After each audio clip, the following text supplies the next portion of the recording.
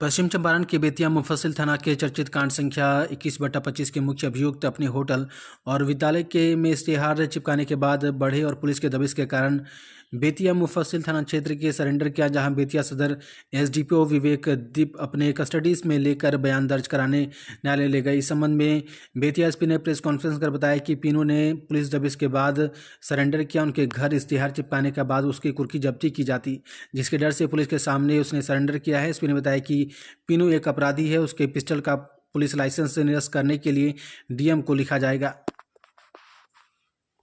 और दुख की बात है कि आप लोग के से ही ये प्राप्त हो रहा है। ये मुझे इतना मैं लोगों से मिलता हूँ तो मुझे देना चाहिए था, लेकिन अभी तक किसी के द्वारा ये जो थाना में भी दिया गया है और आपसे भी मिले थे। कब मिले? वो जनता दरबार में। तो मैं एक बार देख लेता हूँ, उसके विरुद्ध भी हम लोग जो एफआईआर है वो करते हुए उचित कार्रवाई करेंगे। यहाँ के जो अपराधी हैं रवि कुमार और पीनू, इनके द्वारा यहाँ पे मेरे ऑफिस में सरेंडर किया गया।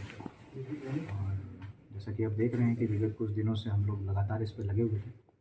एक हल्की सी चूक हम लोग के द्वारा कोर्ट में हुई थी, उसके बाद हम लोग जो वारंट है हम लोगों ने एक दिन में वारंट प्राप्त कर लिया था। उसके बाद ये 2 दिन बाद इन्होंने सरेंडर करने का प्रयास किया। उसके बाद तो माननीय न्यायालय में जो पुलिस का हस्तक्षेप है वो बहुत सीमित रहता है, तो इस कारण से हम लोग के स्तर से जो चीज़ें थी वो उस अनुरूप नहीं हो पाई, जिसका फ़ायदा उठा के निकल गए थे।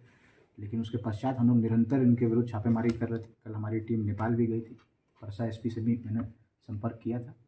उसके बाद इन्होंने अपना मूवमेंट नेपाल से भी चेंज कर दी और आज आके इन्होंने जब इश्तेहार छिपा किया गया है एसडीपीओ के द्वारा स्वयं, और क्योंकि फिर हम लोग कुर्की जब्ती की कार्रवाई आज कुर्की प्राप्त करके करते, तो इस डर से, इस भय से जो पीनू हैं, जो अपराधी हैं और उनके द्वारा जो पिस्टल लहरा करके जो अपहरण किया गया और जो अवैध ज़मीन लिखवाया गया और जो अपने आप को सफ़ेद पोश बताते हैं और बड़े स्कूल के ये संचालक भी, और इनकी जो पत्नी है वो भी इनके साथी थी, उसमें इन्वॉल्व थी।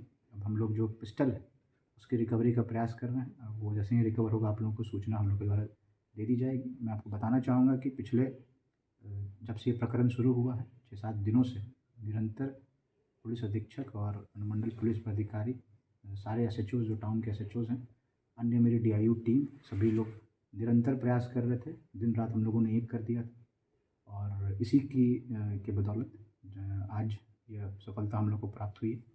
और इस आप लोग के माध्यम से मैं जो भी इस तरह के अपराध बेतिया ज़िला में कर रहे हैं या करने की मंशा रखते हैं, उनको एक सख्त हिदायत जो बेतिया पुलिस है वो देना चाहेगी कि आप कोई भी हों, किसी भी तबके से बिलोंग करते हों, क्राइम करने के बाद आप सिर्फ अपराधी हैं और आप सभी लॉ के अंडर आते हैं और आपके विरुद्ध कठोर से कठोर कार्रवाई जो एक अपराधी के विरुद्ध की जाती है वो की जाएगी और त्वरित आपको विचारण करके आपको सज़ा भी जो बेतिया पुलिस है और जो प्रशासन है उसके द्वारा दी जाएगी। साथ ही साथ मैं आपको ये बता दूं कि जो पिस्टल है उसके लाइसेंस के संबंध में भी हम लोगों को जानकारी प्राप्त हुई और उस पर भी हम लोग देख रहे हैं कि लाइसेंस जो इनको निर्गत किया गया वो कैसे निर्गत किया गया। जो पुलिस के स्तर से इनको जो नो क्लियरेंस जो एनओसी दिया गया वो कैसे दिया गया और उस पर भी हम लोग विचार कर रहे हैं। और वर्तमान में जो एसएचओ टाउन है इनके द्वारा इनका लाइसेंस कैंसिलेशन का जो प्रस्ताव है वो भी आपको भेज दिया गया है, जो मेरे द्वारा जिला पदाधिकारी महोदय को अग्रसारित कर दिया जाए।